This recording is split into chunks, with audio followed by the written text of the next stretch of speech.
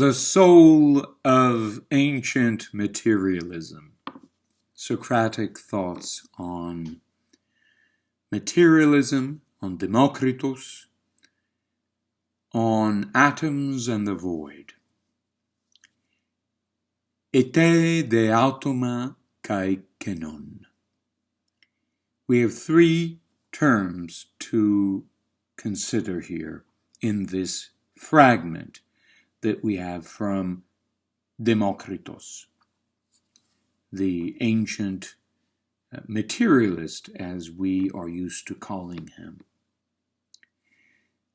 Democritus is supposed to have said, ete, what is ultimately the case, what is real as opposed to what is merely surface, what is according to doxa or opinion, or the nomos, the law, the convention, what is not merely a facade, what is beneath the mask, the appearance of things, the semblance. What is beneath, what is ultimately the case, what is steady, steadfast, what is permanent. What is permanent? Atoms and the void. The atom is supposed to be that which ultimately all bodies, as empirical forms, are reducible to. Somata, the bodies, are reducible to the atoma. Atomon esti soma stereon. The body, as we are told by Epicurus, is reducible to the atom, and the atom is, atomon esti soma, it is a body, but it is stereon, it is solid, it is indivisible, it is not changing, it is not in space, as we are used to seeing bodies. It does not have a point A and B, whereby there must be a point C in the middle. Therefore, there's no dimension. If there's no dimension, it is not situated in the realm of experience. It cannot be seen. It cannot be seen with our bare eyes. It cannot be seen with a microscope. The atom, for the ancient, is an object of contemplation. Those who merely consider things with their eyes, merely consider the facade of reality, will not see the atom. The atom can only be contemplated. You cannot see it with your eyes. Certainly not with an instrument that is an extension of our eyes, a microscope, even a telescope. So the atom is not what we moderns are calling atoms. This should be clear. Democritus is calling us to recognize a distinction between that which can be seen, that which can be divided, and that which cannot be divided. The distinction is closely related to the distinction between observation and contemplation. That which cannot be divided is an object of contemplation. Theory, theorein, you could say, as opposed to observation, to see what is on the other side of the eye, as it were. What are atoms? with respect to the void, kenon. What is this void? On account of Democritus, what we have ultimately, what everything boils down to, he's not denying that there is such a thing as, well, composite bodies, opinions, language, but all is boiling down to entities that are objects of contemplation and their context.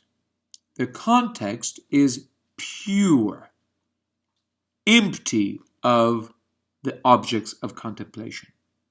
So we have this radical divide between the context, we could also say the ultimate form of all things, and the contents of that form.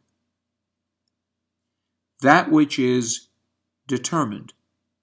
There are ultimate determinations. A body is not an ultimate determination, isoma, about an experienced or empirical body. These empirical bodies are reducible to absolute determinations.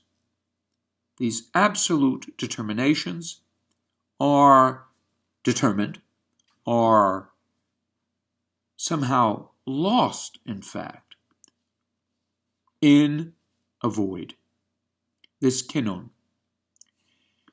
This void is not a physical space.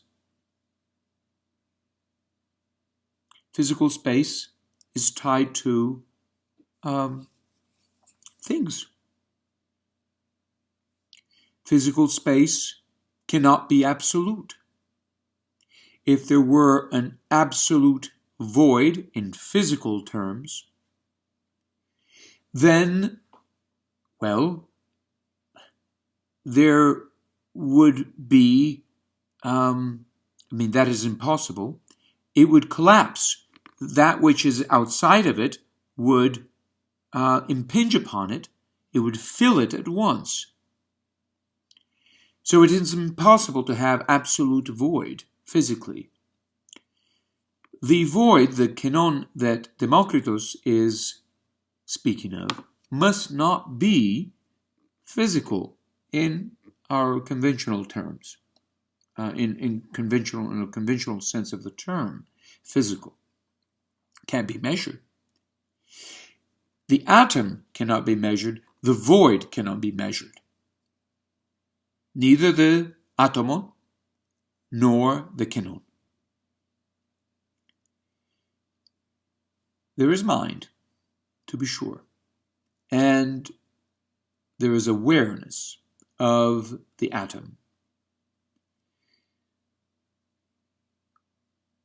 What is the void if not the mind?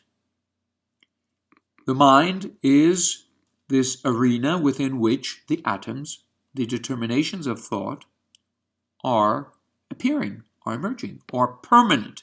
Now we're talking about an absolutely pure mind. Not a mind that is moving, following objects of thought, of mind, but a mind that is absolutely at rest, still, quiet.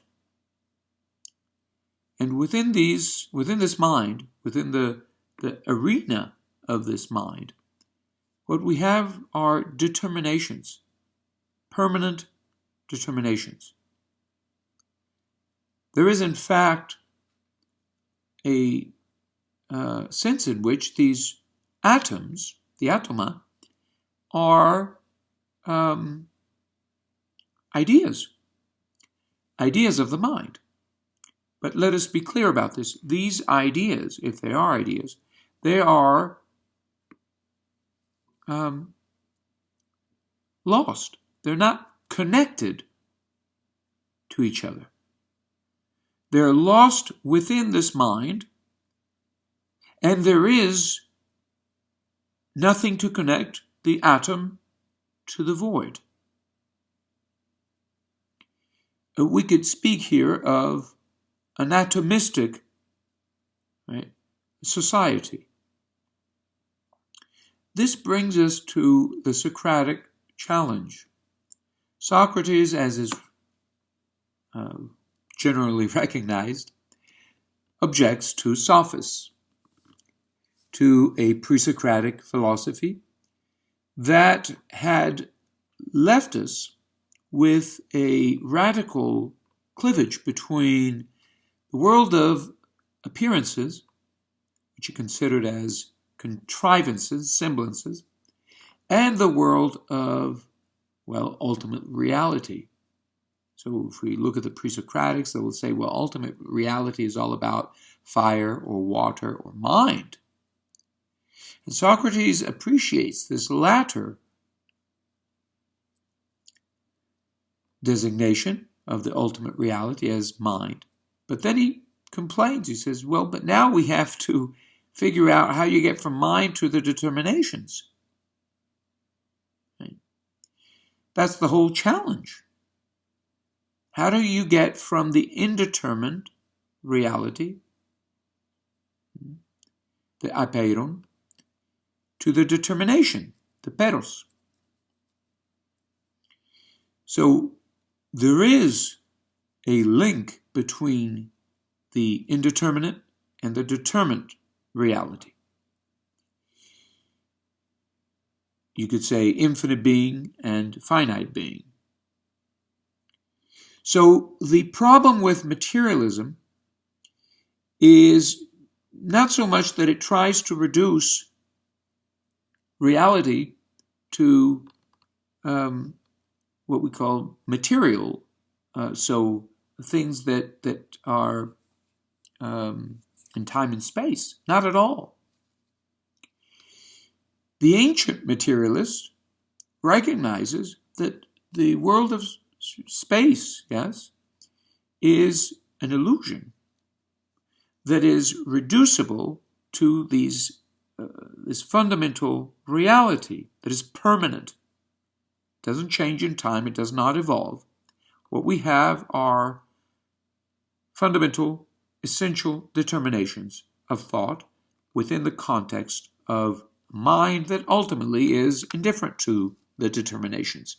They're lost. And Socrates is exposing now the blinders of ancient materialism. When he brings, as Cicero indicates, the ideas back within the polis, within the city of man, on the level of the human, within the realm of ethics, he brings metaphysics within the realm of ethics. What he is doing is he is retracing these intuitions of the pre-Socratic within the realm that the pre-Socratic had sought to escape. And he says, look, are you looking for an atom? Seek no further than the delusion of the atomist, who is himself alienated from the whole. After all, Democritus himself says that man is a microcosm. All right, so this vision of ultimate reality is a reflection of the predicament involving the atomist and his society, his polis, the political world he grew up in. He has alienated himself, the materialist, from this society which he considers to be indifferent to his plight, to his predicament, to his being determined, his individuality, we might say. So he becomes an atom, lost in this void.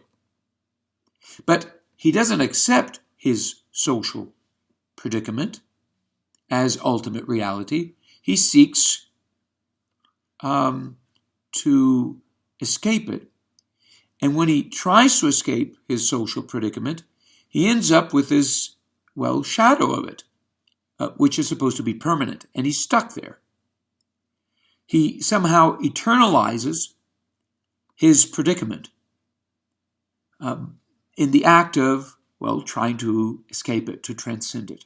So Socrates is, of course, entering the scene, coming on stage, and he points to an alternative, a way out of this predicament that does not involve an escape from the political. In modern materialism, with modern materialism, what do we have? We have, of course, a vulgarization of ancient materialism. We have the abandonment of the primacy of contemplation over experience, over observation. We have a reinterpretation of the ultimate reality in terms of mechanisms that can be discovered, quantified, calculated, how should be used, in fact, manipulated also by our new machines. And what for? Well, we reinterpret ancient materialism and its terms to feed into a new project. The new project is a progressive project. What we have is an attempt to synthesize, to bring together the Socratic objections to ancient materialism and ancient materialism. The result is this vision of matter somehow evolving. Matter is not really this permanent object of contemplation. There is no permanent mind, void. This is all integrated in this ongoing development, which allows the modern materialist to make use of reality on some level, at any rate, to build a new world that is pretty good to the materialists, that tries to help them as in their alienation, to overcome their alienation from their environment by transforming that environment so that the environment responds to the needs, the expectations of the atomist. Right? So the ultimate reality is assumed to be excluded, really, from contemplation. It cannot be contemplated because it's always moving. It's a vortex. It's a physical one. And, there is no ancient contemplation. There is no Socratic elevation. What we have is a synthesis of the two that ultimately destroys all philosophy and condemns us to a world of illusions.